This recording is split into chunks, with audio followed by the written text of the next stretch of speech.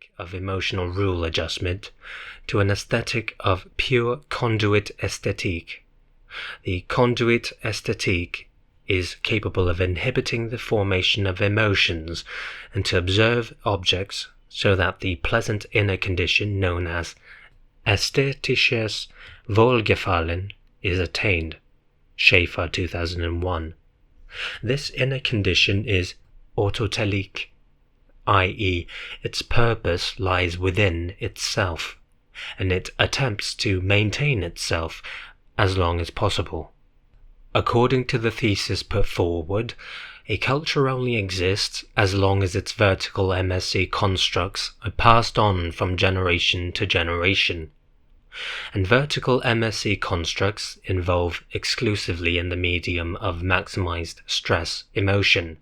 Mortal danger and the cultural preparedness to die have already been mentioned in this context. Brock's formula of the forbidden worst case can be relatively elegantly applied to MSC theory by asking the following questions. Does a German culture of vertical MSC constructs exist? Or, alternatively, do vertical MSC constructs exist in Germany? The first most likely answer is yes, vertical MSC constructs exist. If they do exist, they must produce a coherent connection for a MSC founding event and MSC follow-up events. Furthermore, they must contain positive relaxation assessment for the chain of founding event and follow-up events. If that were the case, then Germany would still be as dangerous as it was before. The second possible answer is they don't exist anymore. They were destroyed because of the shame which Germany brought upon itself during the time of the Third Reich. That would mean that Germany is nothing but an aesthetic pseudo-culture and not a national MSC culture like the USA, France, and many other nations. In other words, German culture has become extinct. The third possible answer is that there never was a MSC founding event with positive relaxation assessment in Germany, and therefore no vertical MSC constructs either. I favour the third answer, which allows me to interpret the aberrations of 20th century German politics as the desperate attempt to make up for the non-existent MSC founding event. The schematic application of the theory of the vertical MSC construct describes very realistically the characteristics of Germany's efforts to make up for the MSC founding event. In the image arising in this way, the fact fits, for example, that the unsuccessful founding events of the forms of the First World War and Second World War were induced by aesthetic culture. Even before the First World War, German writers and thinkers had done an excellent job as far as warmongering was concerned. This reversal of order of events from acute stimulus, latent stimulus, diminished acute liturgical stimulus, to first liturgized latent stimulus, and then acute founding event, has been described many times by Bason Brock. One of his most important examples is the development of the Romantic music culture, which led to Richard Wagner's liturgized music theatre, by which Adolf Hitler was so significantly influenced culturally. In the case of Adolf Hitler, the cultural preparedness to die became a death cult. The enculturation effect for this turning point to becoming a religion of death finds its origins in the opera Die Götterdammerung. This worship of death affected Hitler's combination of culture and strategy, which was, right from the start, organized in such a way as to signify degradation for Germany's national heritage forever should it fail. Relaxation, combined with a positive assessment of the MSC events of the Second World War, were to be made impossible, and that is exactly what occurred.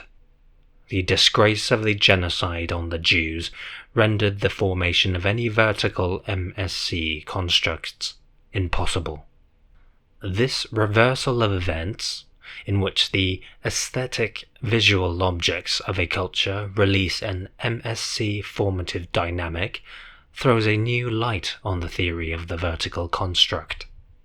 It makes the succession of events, founding event liturgy, reversible, and transfers the unit of conflict and cooperation to fictive realms of the media. In other words, MSC events can be immersions which find their origins in the virtual worlds of the media, e.g., the opera Götterdämmerung, and then enter the physical world, e.g., in the form of the total annihilation of a people. A further consideration combines with the reversibility of founding event and liturgy. Germany would be the first culture which, up to this point in time, has not succeeded in creating an internationally recognized founding event, which can be positively assessed. If in such a case stress pressure actually stems from aesthetic representations, then Germany is faced with an entirely new kind of cultural and political challenge. It must suffer its MSC culturelessness, and should on no account make aesthetic culture a substitute for MSC culture by overestimating the former. Brock has warned of this danger and expanded the paradigm forbidden worst case to include the arts. An epistemological comment. The theory of vertical MSC constructs would not be possible without neurological sciences. This is because it is only through neurological experiments that we know that memory storage involving simultaneous activation of the emotions achieves the most successful results, and it is this way that vertical latent stimuli have a long-term lasting effect.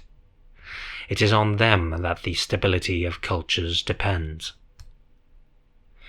The USA's intervention in the Second World War was for them a transformation of latent stimuli into intensive acute stimuli by means of a successive war.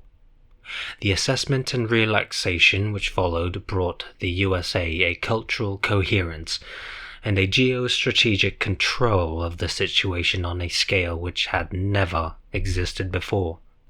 A vertical MSC construct was charged with tremendous transgenerational amounts of energy here. Following the events of the 11th of September, the military historian and classics scholar Victor Davis Hanson wrote a series of essays which initially appeared in various American magazines and were subsequently published in the anthology An Autumn of War, 2002. These essays are reminiscent of the speeches in which the great Demosthenes called upon the Greeks to declare war on the Macedonian king Philip. Hanson calls the Americans to enter the fight against the USA's enemies and makes use of the persuasive power of the vertical MSC construct. He represents the Americans as the legitimate successors of 2,500 years of Western culture and states that Western culture has always and quite justifiably been victorious over non-Western enemies in war, and for this reason the Americans would also be successful in their fight against the terrorists and their organizations. Hanson's articles were written in the autumn of 2001, which explains the title An Autumn of War. Then, the Americans did begin the wars in Afghanistan and Iraq. The chain of events is characterized by the logical consistency of the vertical MSC construct with its alternating stimulus sequences. The vertical MSC construct is the enculturating unit which has to be stored in a representational number of a cultural population's biological memories. It follows that the success of vertical MSC constructs is subject to the laws governing neuropsychological processes activated during storage of memories in the memory. The neuropsychological processes are released by stimuli affecting the sensory system. Stimuli which arouse emotions play an especially vital role in this case. The vertical chain of enculturation must never be allowed to be severed, as this would lead to a culture's extinction. This vertical chain contains an alternating temporal structure, in which acute stimuli generate latent stimuli, which in their turn generate acute stimuli, which again generate latent stimuli, ad infinitum. The vertical MSC construct's time axis is thus formed by emotional time. The alternating figure, acutely emotional, latently emotional, results in the forward passage of time, assuming a non-linear character. This non-linear passage of time moves in the media of the biological memory. This biological memory is directly subject to the characteristics of its surrounding space. How is that meant to be understood? Classical rhetoric included the subdiscipline mnemotechnic. It was here that students of rhetoric were instructed in the art of memory, because the writing down and subsequent reading of speeches was frowned upon. This meant that every would-be speaker had to be taught to memorize the contents of his speech and then to recite them by heart. And so the techniques of artificial memory were taught. This is how it was done. Every rhetoric student had to design and adapt for his purposes an imaginary city with gates, streets, squares, and buildings. This city had to be stored in his long-term memory so that he was able to imagine it down to the last topographical detail at any time, and so that he can make imaginary excursions in them. The city was said to remain at his disposal in the imagination for his entire life. A speech corresponded to a never-changing route through the city, through the streets, round the corners, and over boulevards and squares, through gates, etc. The starting point of the imaginary route corresponded to the beginning of the speech, the point of destination, the speech's conclusion. Every time a speech was to be given, its content were transformed into images and displayed at a certain place in the city. Such a place in the imaginary memory was called locus, or in Greek, topos, from which the words topic and commonplace stem. Mnemotechnic nearly always works with the help of architectural space, which allows some conclusions to be made as to a connection between spatial memory and memory in general. In fact, neuropsychology has found out that brains alone do not suffice to store everything which a human needs to remember in order to survive, and that brains have to rely much more on creating dependencies in the world outside, which are capable of storing additional memory content. So, a completely normal apartment is at the same time a memory storage site. This is particularly evident in the case of patients suffering from memory malfunction, such as Alzheimer. Neuroscientists owe their first insights to the well-known medical cases where certain parts of patients' brains had been destroyed, and so it was possible to observe which areas of behavior are altered and which parts of the brain non-functional. In diseases like Alzheimer's, it is generally the working memory which is damaged. Patients are incapable of remembering the simplest duties of everyday life. They forget, for example, that they have to wash at certain times, and they forget to finish washing once they have started. In such cases, it has been possible to reactivate remembering by bringing patients back to their own homes.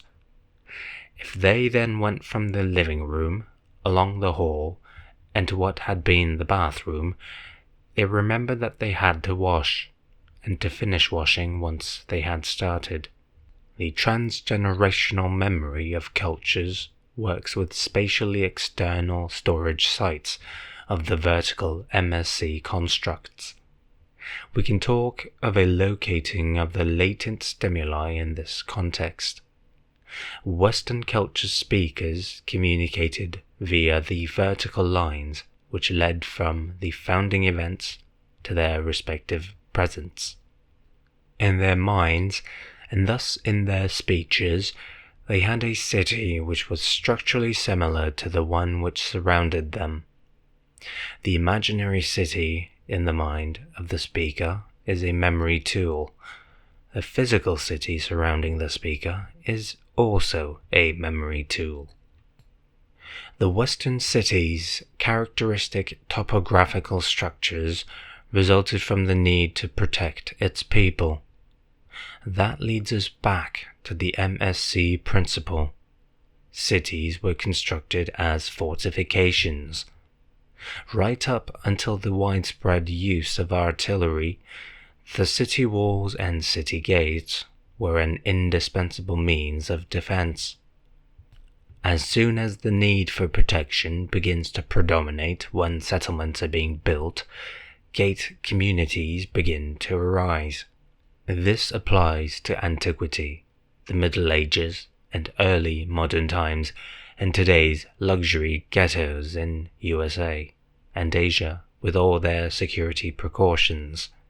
All of these consist of a ring-shaped enclosed area, and gates are built through which one gains access to the inside. The gate in the surrounding wall creates the characteristic structure of this kind of settlement. It is the transversal. By means of the transversal curve, the main boulevard always appears leading from the main gate to the central square. It forms a line which cuts the surrounding ring. Intersecting at right angles, two straight lines is known as orthogonal in classical geometry. In topology, one generally calls the orthogonal transversal, because topology does not pay attention as to whether it is dealing with Euclidean straight lines or curved with all possible curvatures. In the city gate, a sphere is intersected by a curve. The location of MSC has the topological form of the sphere. To express this more exactly, we're dealing with the two-dimensional sphere of the ground plan. This will be called S1. In the past, the main roads created by the sphere transversals had names such as Via Regia, Royal Way, Camino Real, and Boulevard Principal.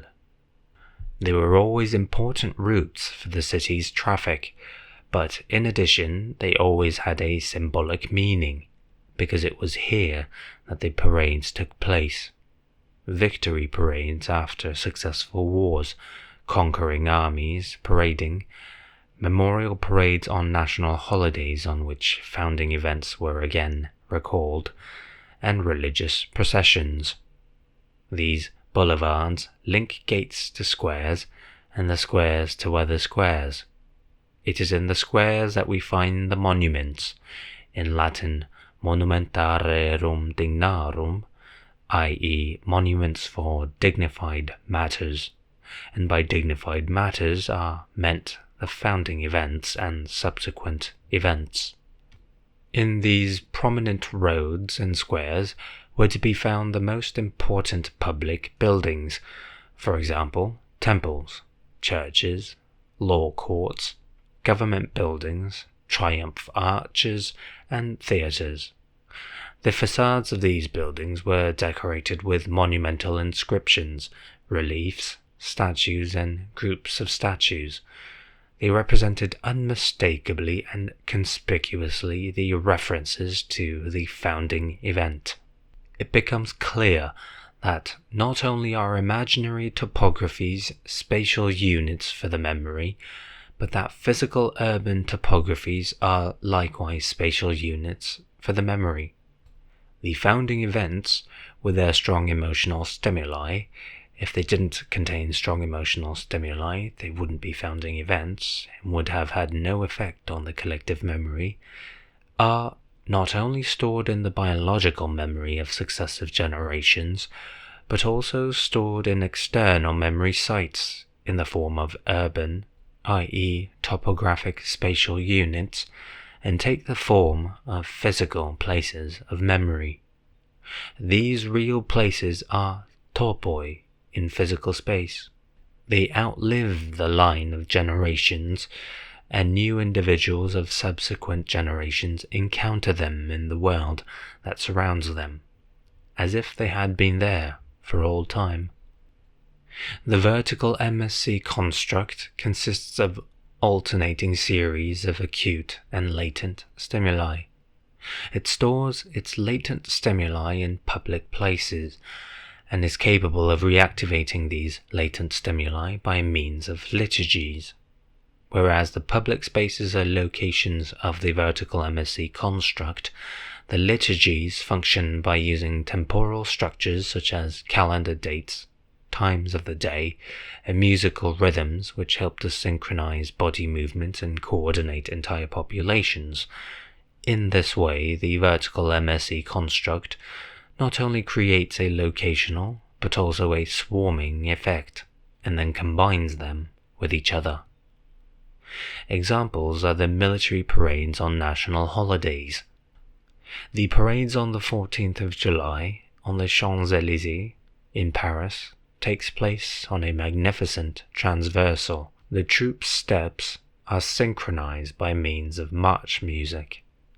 One of these marches, the Marseillaise, connects with its text to the founding event, i.e. the French Revolution. The reader will realize that the transversal basic form of the city's ground plan results from the ring-shaped fortification wall, and that this ring-shaped fortification wall is a wall which separates conflict from cooperation. On the concave inner side there is cooperation, and on the convex external side preparations are being made for conflict which could occur at any time. It should also become clear that external conflict will reinforce the willingness for cooperation inside. The characteristics of urban space, the transversal structure, and the shifting of the memory as described up to this point can only be comprehended to the full extent by considering the temporal dimension as well. Then it becomes clear that the vertical MSC constructs are spatio-temporal phenomena which are beyond aesthetic considerations, as any objects of which one can say, regard this entity as both spatial and temporal. The MSC phenomenon does not appear in aesthetic cultural space and not in aesthetic cultural time, because it is a cultural, spatio-temporal entity. Not only does the vertical MSC construct contain the vertical temporal structure, latent stimulus, acute stimulus, but also a horizontal structure. It is the T1 minus T2 series of stress and relaxation. Every founding event, driven by MSC, must have generated a relaxation phase after it happened. Because the relaxation phase is the result of the positive assessment of the stress event, and without positive assessment no relaxation would have occurred or led to the high-ranking assessment either, which converted an event to a founding event. The actual MSC event and the relaxation necessarily contain the temporal structure of a series from T1 to T2. This T1 minus T2 series stores itself in the latent stimuli like a data packet. At this point, transformation into an acute stimulus by means of liturgy, the temporal structure T1 minus T2 is updated. This is the case with liturgies as well as follow-up events. The founding event, the crucifixion, is thus transformed from latent stimuli to moderately acute stress stimuli every Good Friday. The Gospels also tell of a relaxation scene which took place at an inn in Emmaus. The latent stress stimuli from the Gospels are transformed into acute stimuli by passion plays on Good Friday. Here we have to imagine a dramatization which more or less goes in the direction of Mel Gibson's splatter movie, The Passion of Christ.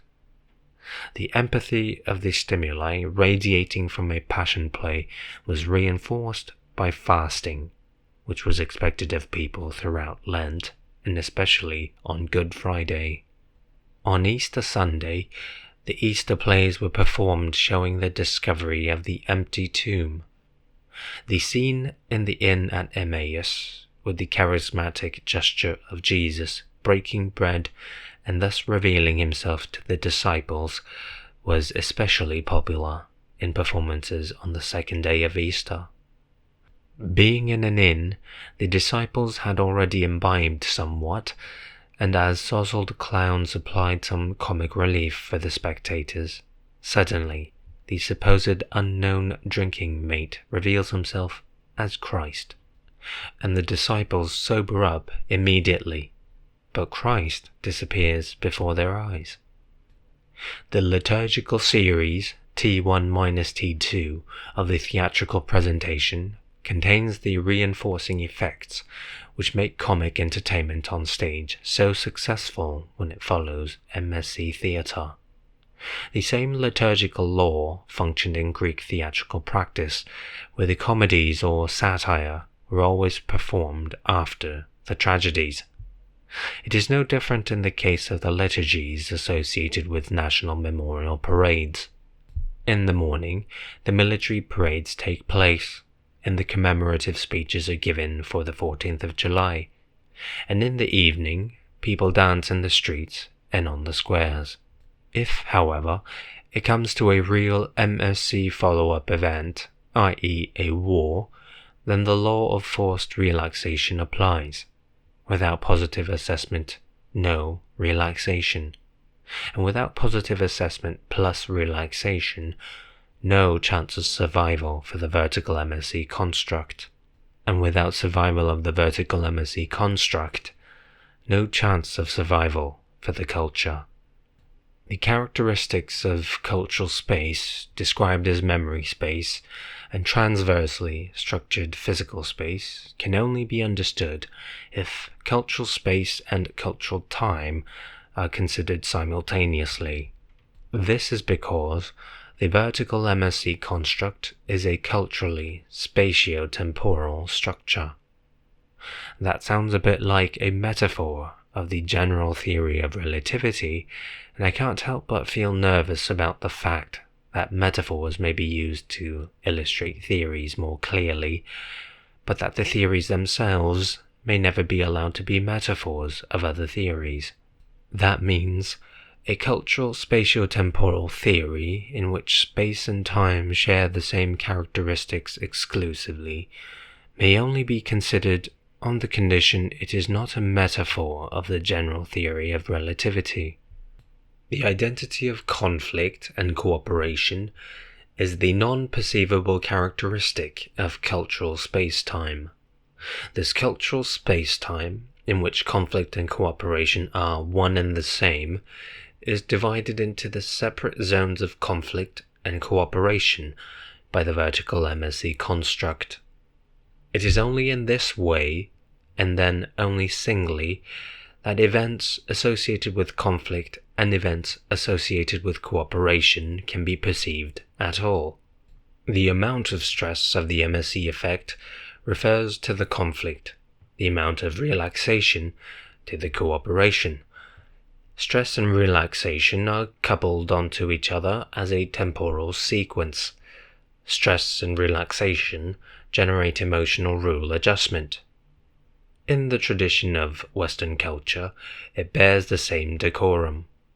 Stress is known as that which is sublime, and relaxation as that which is base in decorum.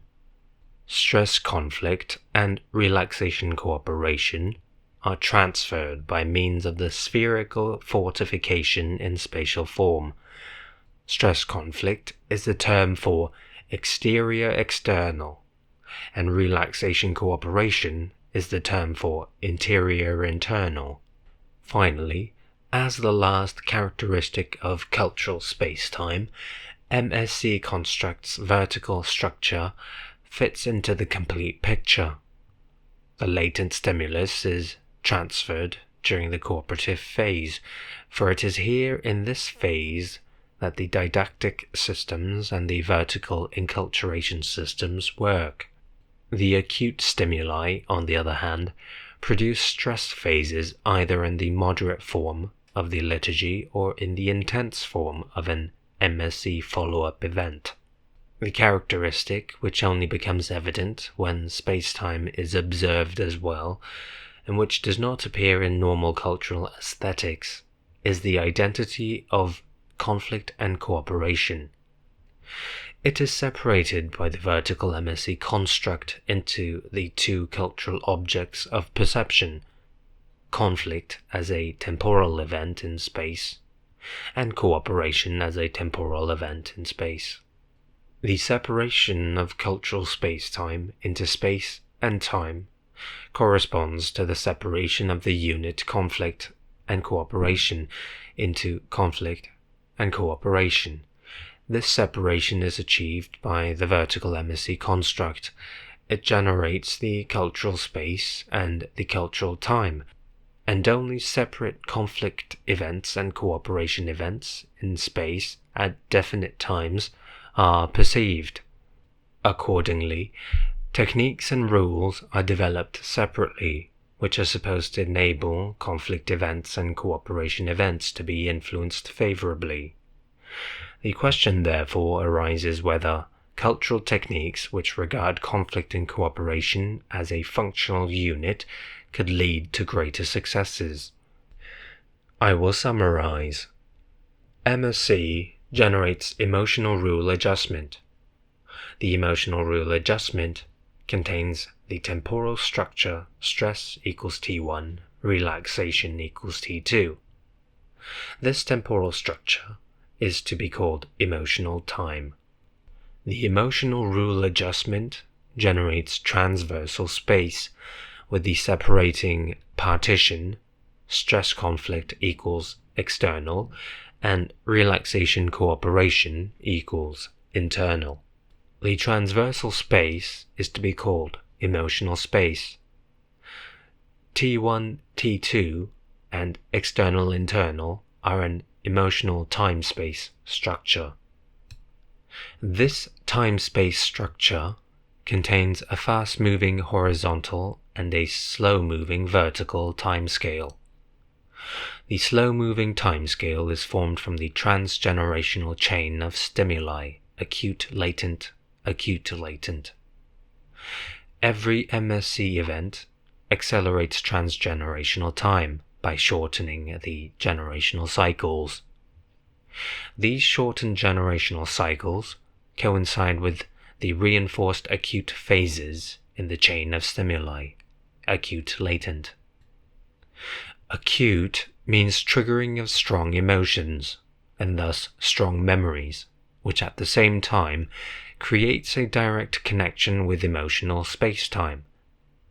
T1, T2, external, internal, and furthermore with transgenerational space-time, with the transmission of cultural traits equals vertical MSC constructs.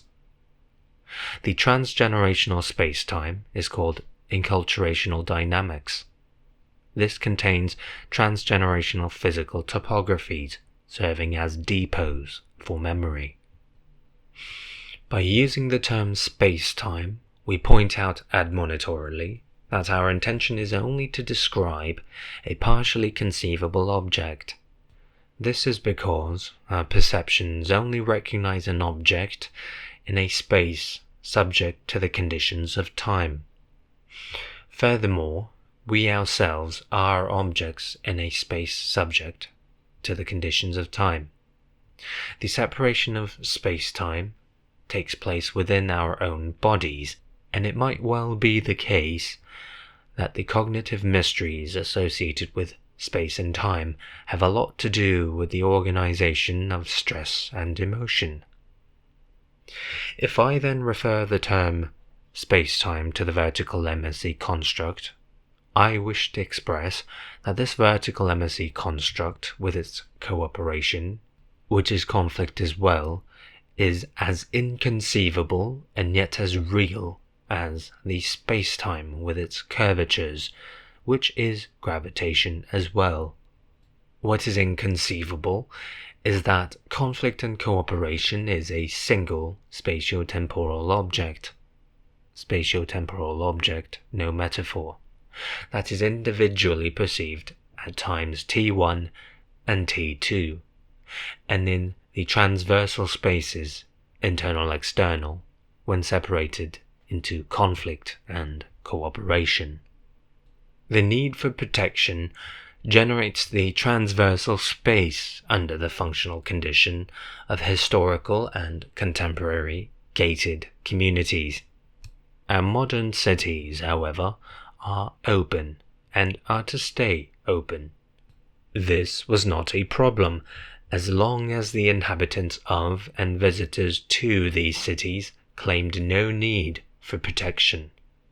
But everything has fundamentally changed since the growing threat of terrorist attacks. How can we keep the cities open and still guarantee safety? For the last 10 years, security systems have been developing a new spatial structure.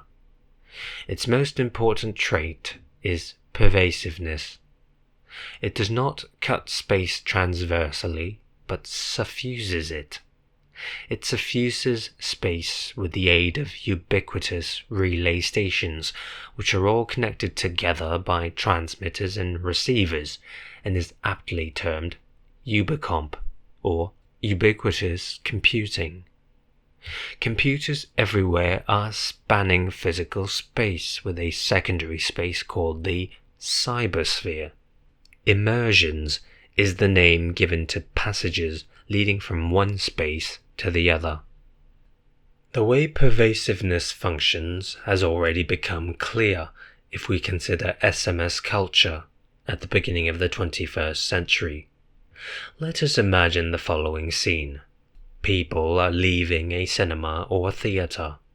They leave in groups, chatting to each other, but then many break off the communicative contact to the members of their group in physical space and get out their mobile phones, start pressing buttons, looking at displays, again more buttons, and so on. Their facial expressions change, and it is clear that the changes in body language and facial expression are not influenced by those who are visible accompanying them in physical space.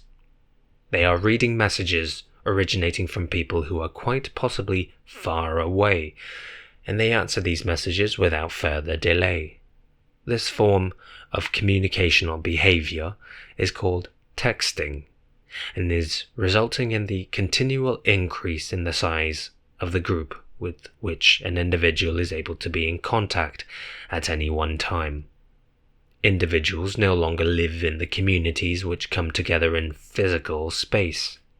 They are physically present, but are in a second place all the time, in which they communicate in real time and almost real time with people who are not present. The text messages contain empathic and allelopathic elements and remind us of certain forms of poetry, a non-stop stream of communicative acts consisting of affective links is the result. The person on the other end is informed where the caller is, how the caller feels, and what effects the caller's immediate surroundings are having on him or her. and at the same time, the caller inquires about the situation at the other end of the line. This seems to be very similar to the uninterrupted flow of communication among herd animals, e.g. monkeys or wolves. They too are continually checking on the emotional inner condition of other group members by bodily movements demanding approval, interpreting facial expressions such as eyes, the attitude of the ears, and the position of the lips. They watch each other all the time, and for the purposes of control, provoke short-lived but affective reactions from the other group members, for example, by licking the lips of other members of the pack. It is unbearable for them to be in the dark about the affective inner conditions of a neighbor. SMS texting people live in a tribal culture made possible by the mobility of computers and telephones. Here we are dealing with a type of tribalism which cannot occur in the form of real encounters in physical space anymore, because settlements which gather extended families and clans at meeting places no longer exist. Today, in physical space, people are forced to live with other people with whom they have no emotional contact and are not of their choosing. This is different in the case of SMS partners. They're always available and were personally chosen. They are so numerous that real group feeling arises, and it is only thanks to the ubiquitous communications technology that critical group numbers are reached which are capable of generating a tribal effect. One need not be surprised to find this phenomenon dubbed e-tribalism. Rheingold, 2003. Tribalism differs from the social organizational forms in which the people of the modern Western cultures live together, in the fact that the boundaries of social organization coincide with the boundaries of cultural organization, and in that this also coincides with a network whose connections are all personal. These consist of sensational, visual, audio and haptic contacts in physical space and continuously trigger off emotional responses. Tribally organized groups represent a form of population in which the aesthetic perception of the group, everybody knows everyone, and the separation of conflict and cooperation coincide. This applies to tribalism as a cultural anthropological phenomenon. The term e-tribalism as a name for the texting culture is as yet a metaphor, because the formation of more or less sovereign outer boundaries as partitions for conflict and cooperation have not been observed in any known SMS populations up to now. Tribal cohesion is a classical example of successful separation of conflict and cooperation. The high levels of sensorial nature in internal relationships in a tribal culture and watchfulness in respect to potential external conflicts creates an especially harmonious form of cooperation. The pervasive protective space, i.e., the replacement of the transversal protective space, is then achieved when e-tribalism has adopted all the characteristics of real tribalism. The most important tribal characteristic is sovereignty in one form or another, i.e., potential to decide on MSC conflicts at the external boundaries of the tribal culture. A development which leads to this final condition is now already obvious. It consists of the double function of the cybersphere as a game space and as a strategic space. The Swedish game producer It's Alive titles its internet side Pervasive Games. Pervasive computing really means that very small computers suffuse their environment. They are to be found in the outer and inner walls of buildings, in furnishings and in automobiles. They are equipped with radio transmitters and radio receivers, and thus can be linked to mobile computers worn by people on their persons. In this way, mobile and pervasive units generate local intranet systems. Visitors to particular parts of a town, squares, streets, and buildings are equipped with location awareness by the network consisting of stationary pervasive computers and mobile computers worn by all individuals. This means they are supplied with all the information about the place where they are. This phenomenon is known as world board. The computer is directed to a definite position in space, and the display supplies all available information, whether it be historical, economic, technical, and art historical, referring to this particular place. This knowledge can be conveyed in the form of visualizations such as pictures, diagrams, and animations. Apart from locating knowledge, pervasiveness, mobility, and Übercomp are responsible for a further achievement, which will have more far-reaching consequences in the future. Location awareness also signifies swarm awareness. The individual obtains precise information about the composition of the population which he or she encounters on entering a zone. Love-Getty, for example, is a service already on offer from 2000 to 2003. With the aid of a Bluetooth transmission and receiver system, the user can find out whether there are any persons within a range of X meters who might correspond to his or her idea of the perfect partner. The many-to-many monitoring is geared to the need for protection. Here, we are approaching one step nearer to the realization of genuine cybersphere tribalism. Many-to-many monitoring means everybody is monitoring each other and ascertains whether individuals are present in a particular spatial zone who do not belong to cybersphere tribal culture.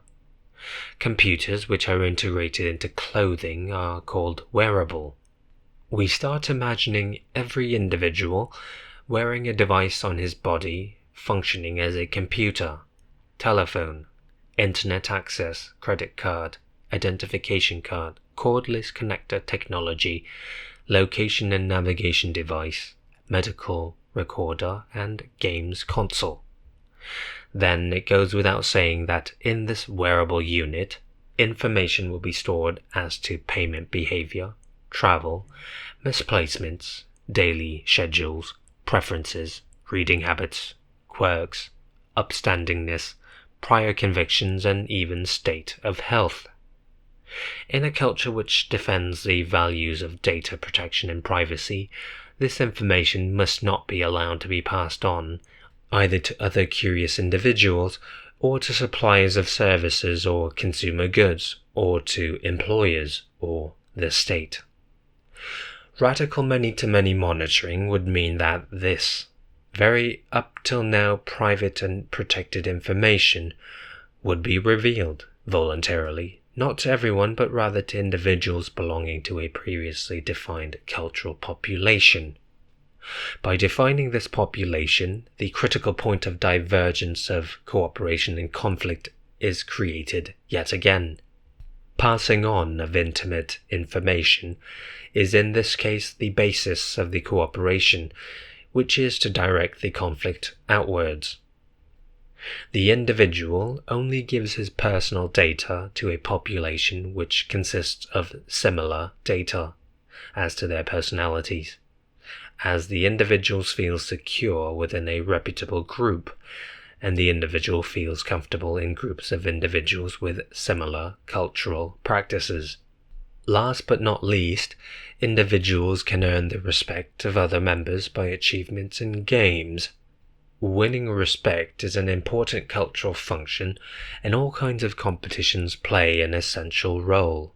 Many-to-many monitoring and location awareness are both characteristic of pervasive computing and generate structures for locating and swarming.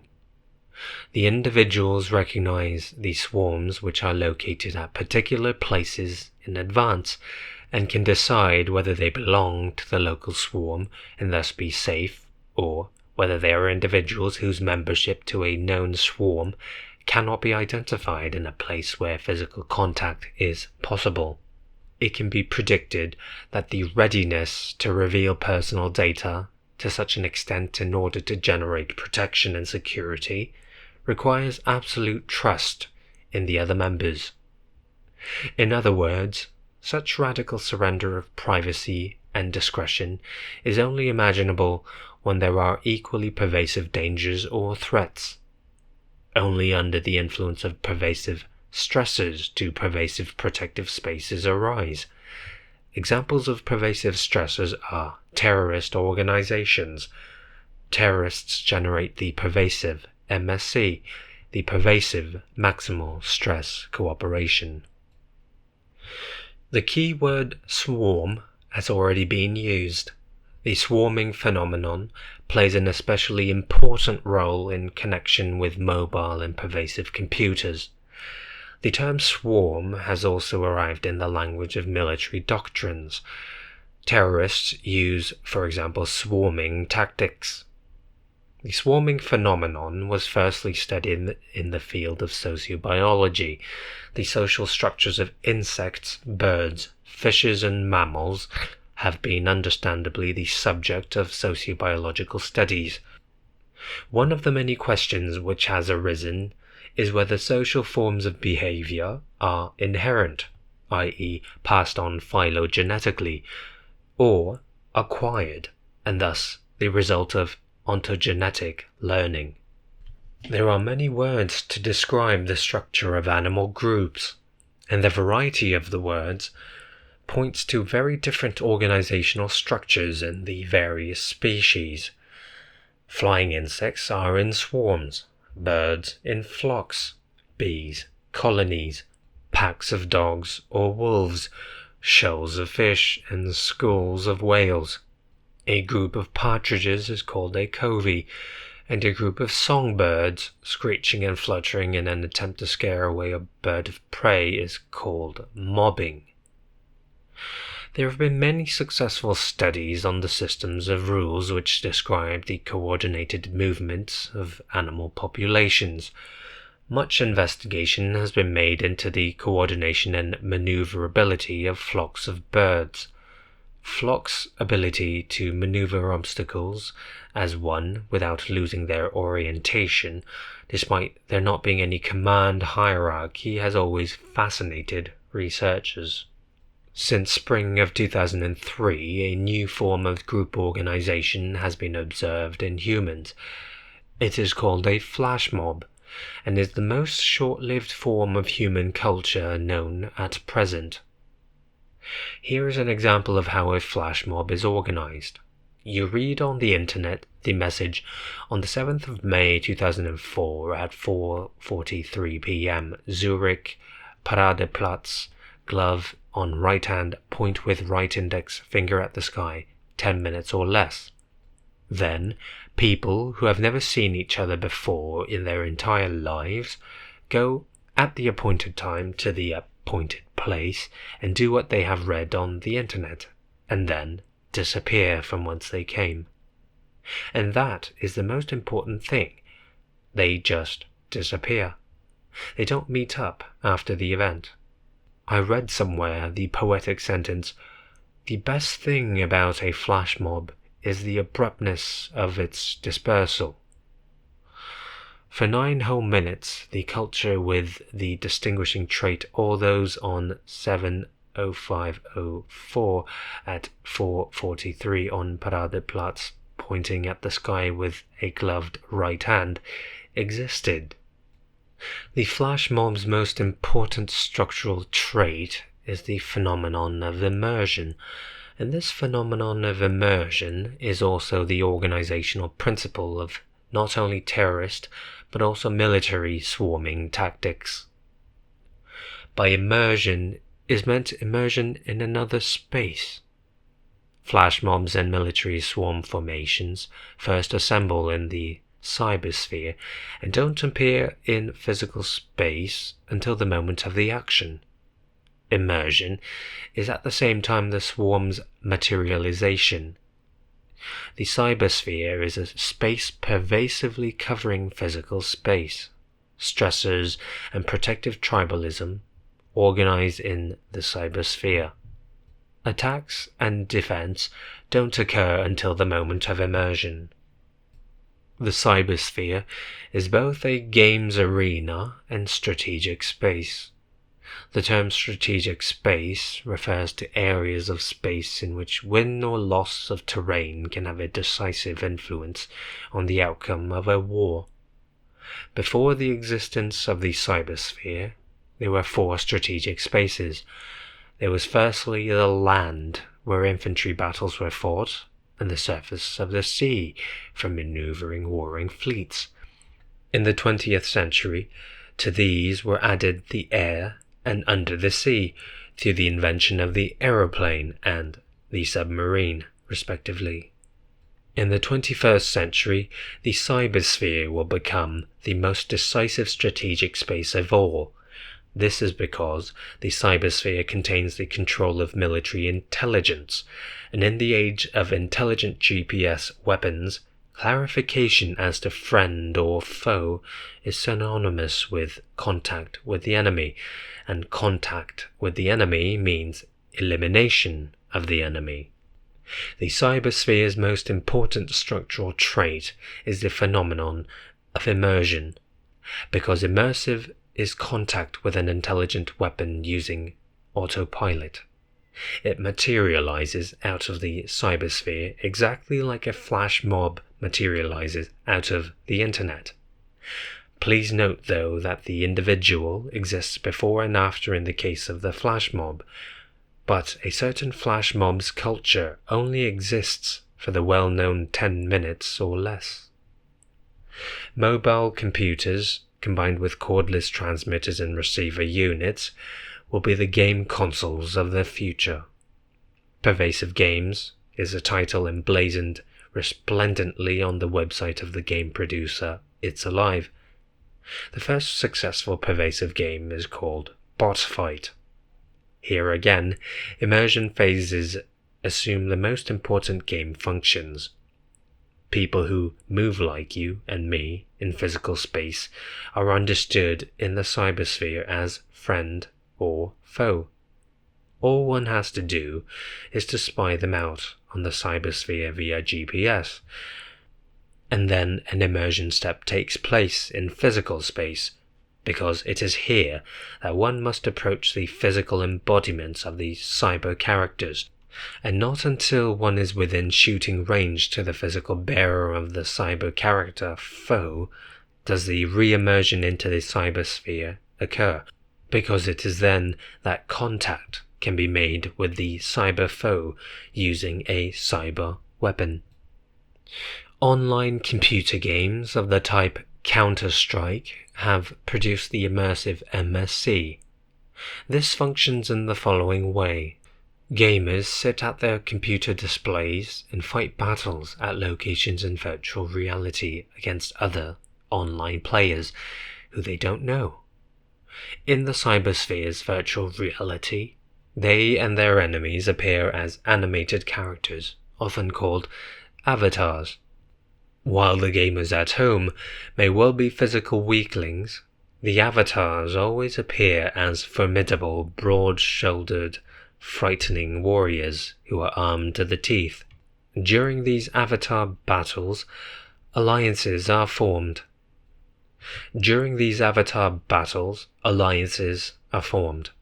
Players, alias avatars, encounter other players in the form of avatars in the cybersphere. One saves the other's life, they become comrades in arms and decide to fight together against a common foe, as of this time. They develop tactics and formations which may well include swarming. They meet for online combat training sessions, coach each other, but always, of course, in the form of avatars, They remind each other to be punctual for the training sessions arranged, and finally they fight against enemy formations and either win or lose, thus going through all MSC experiences in a slightly diluted intensity. This is often followed by an immersion phase by surfacing as groups in physical space to celebrate their relaxation parties. This immersive MSC too separates conflict from cooperation. In the case of immersion cultures of this type, a phenomenon is involved which has existed for several years. Counter-Strike is a so-called ego shooter game. The scene of the action is up to this date the virtual reality behind the glass of the monitor screen. Players make contact with each other via the internet. Ego shooter means the weapons are displayed in the foreground of the display, and the player looks through the weapon's sights and shoots using a mouse click. In the meantime, an Australian firm has developed ego shooter systems which are pervasive and can be played using augmented reality. It is therefore only a matter of time before games like Counter-Strike will appear on the market in pervasive form. While analyzing pervasive structure, we have found that the arena and the strategic space coincide, and the question arises whether a topological connection between arena and strategic space existed at the time of the transversal spaces, and if so, what did it look like? The creation of the transversal curve is a cybernetic necessity which results in the case of all living systems. This is because the functioning of a living system is subject to the spatial organizational form of compartmentation, Eigen 1971. Living systems are subject to a compartmental differentiation between internal and external, created by the cell membrane, and or the ectoderm. That is very reminiscent of spatial separation of cooperation and conflict. The compartment always has the topological form of the sphere, and this sphere must always be furnished with inlet and outlet openings. This means inevitably that a transversal path must produce a connection between the outside and the inside. The sphere of the old protective walls of the city created the separation of conflict from cooperation. The conflict was expelled to the outside, and a place of conflict arose on the convex outer side in the form of strategic space.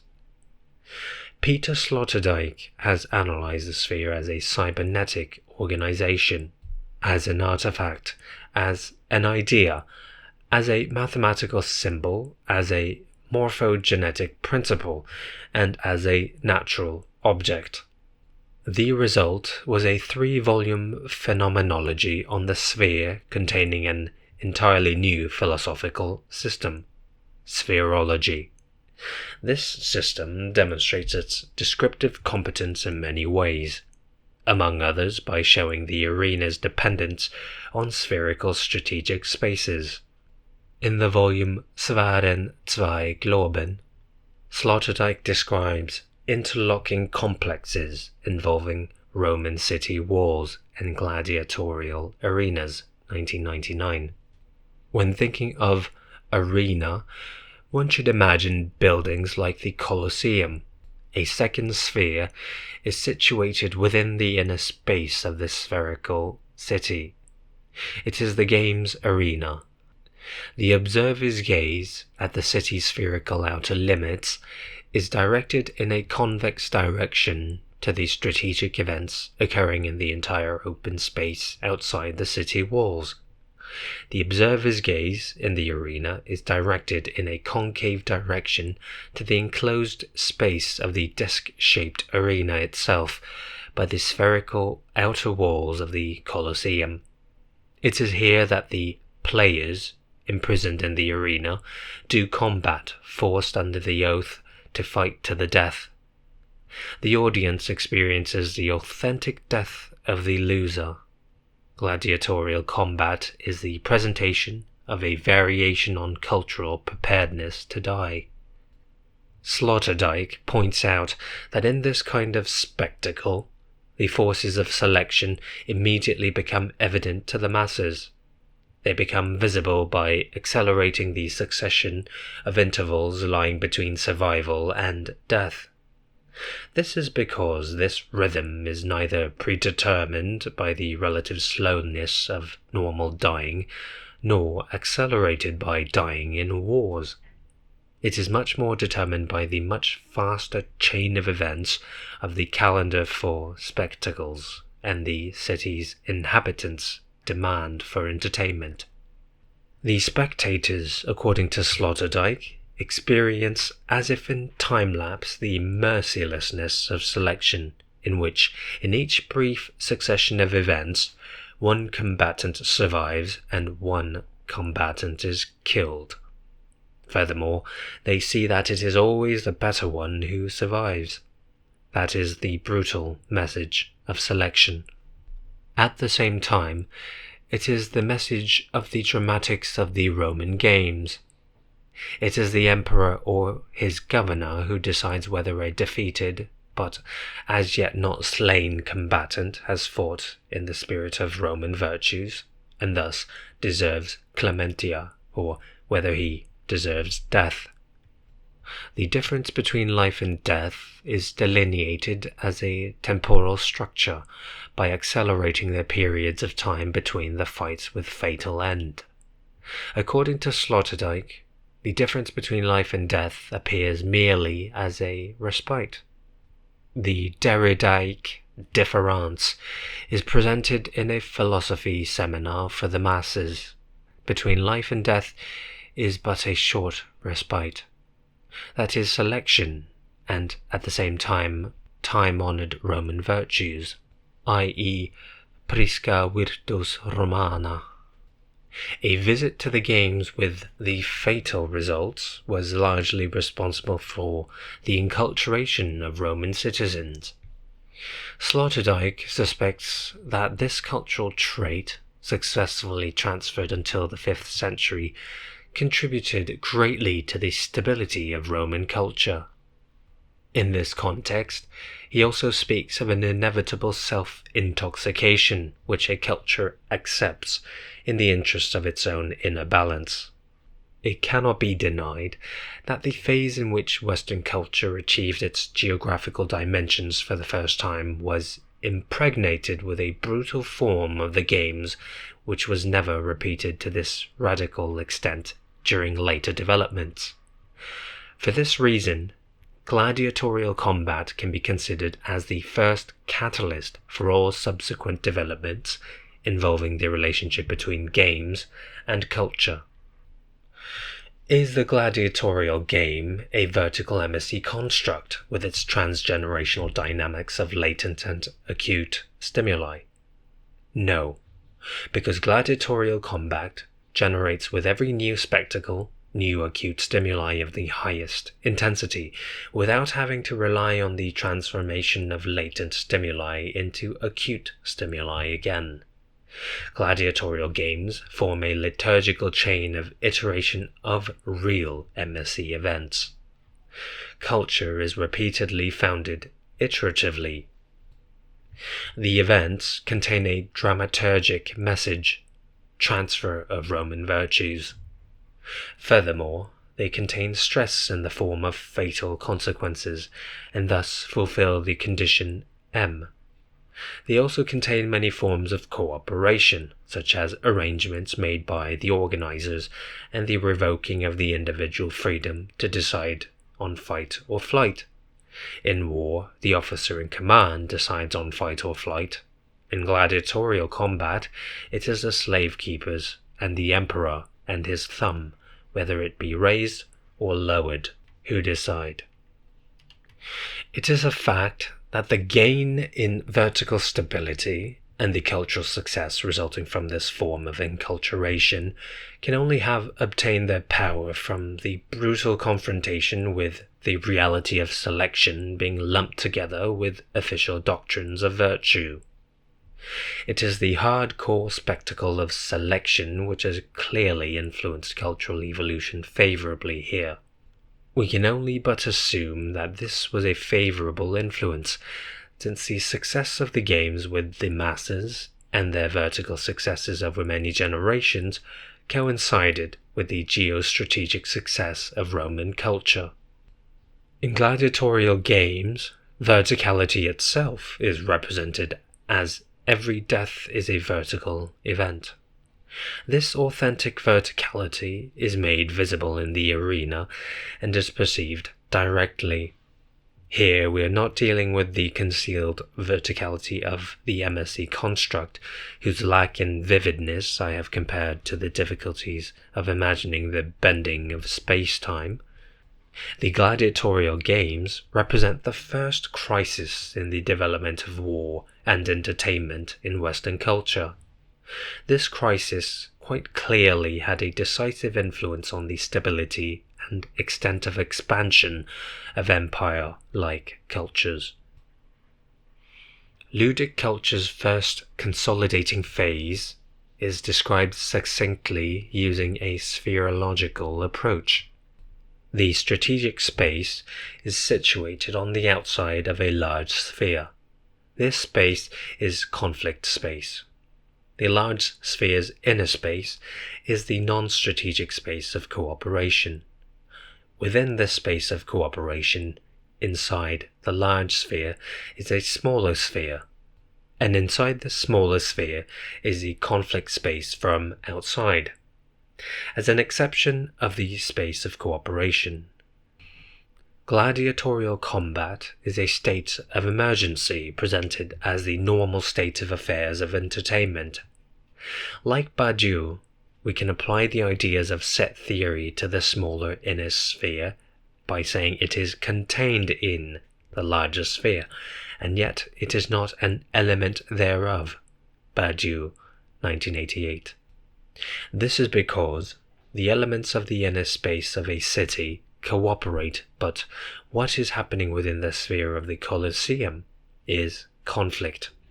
The relationship games arena strategic space. During the glorious epoch of the transversal triumph processions and triumph arches, which is at the same time the epoch of the first consolidation of Western culture as a culture of expansion, this spatial relationship of games and strategy can be described with the help of the transversal curve, which connects the outer gate of the city walls with the gate of entry to the inner arena. An orbit can be discerned, which connects the conflict from outside with the normalized exceptional conflict inside, and by doing this crosses the zone of cooperation. The outer wall of Colosseum is the redoubling of the partition wall of conflict and cooperation. It presents the representation of the separation of conflict and cooperation for the masses. This two-sphere complex has a form of a theatre of exception. I return to the 21st century. In the case of the Roman games, space and strategic space were transversely interlocked.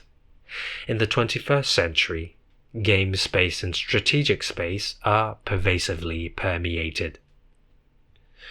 The individual phenomena, such as pervasive game, many-to-many monitoring, tactical swarming, pervasive stressor, immersive culture, immersive MSC, and strategical cybersphere, can be assembled into a single scenario.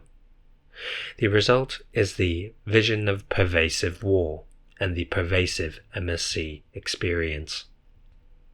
It is likely that under the influence of pervasive MSC, tribal cultures form, which will have many characteristics in common with elementary sociobiological swarm organizations. The cybersphere's doming over of physical space will then function in a similar way as the doming over of animals' physical bodies by olfactory and pheromonal gaseous spaces.